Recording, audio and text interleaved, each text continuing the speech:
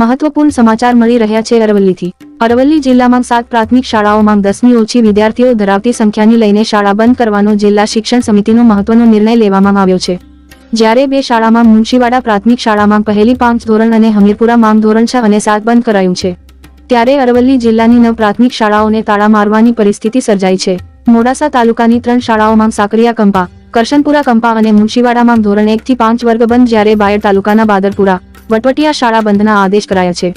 માલપુરના પીપરાના અને ધનસુરાની હમીરપુરા શાળામાં 6 થી 7 ધોરણ બંધ અને ભિલોડાના મોતીપુરા અને મેઘરજની માળકંપા પ્રાથમિક શાળા બંધ કરવામાં આવી છે।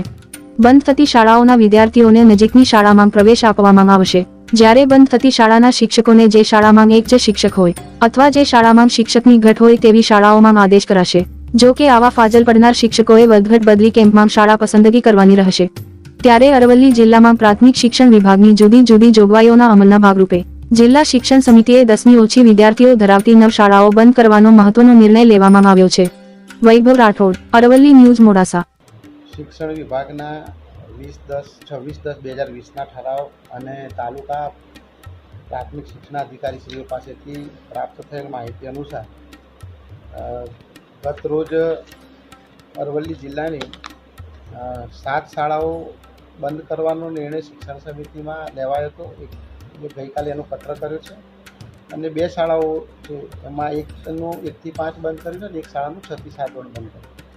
હું શાળા વાઇઝ સંખ્યાની વાત કરું તો કરશનપુરા કંપા મોડાસા તાલુકાનું છે, એ શાળા બંધ કરી, એમાં માત્ર 2 વિદ્યાર્થીઓ હતા।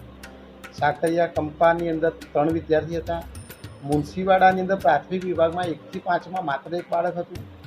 પીપલાણા માલપુર તાલુકામાં 7 બાળકો હતા। હમીરપુર જે છે એની અંદર 6થું ધોરણ અને 7મું ધોરણ બંધ કર્યું છે, એની અંદર 0 વિદ્યાર્થી હતા। મોતીપુરા ભિલોડાની અંદર 7 વિદ્યાર્થી હતા। માળકંપા મેઘરજની અંદર 4 વિદ્યાર્થી હતા। બાદરપુરા બાયડની અંદર 0 વિદ્યાર્થી હતા અને વટવટિયાની અંદર 10 વિદ્યાર્થી।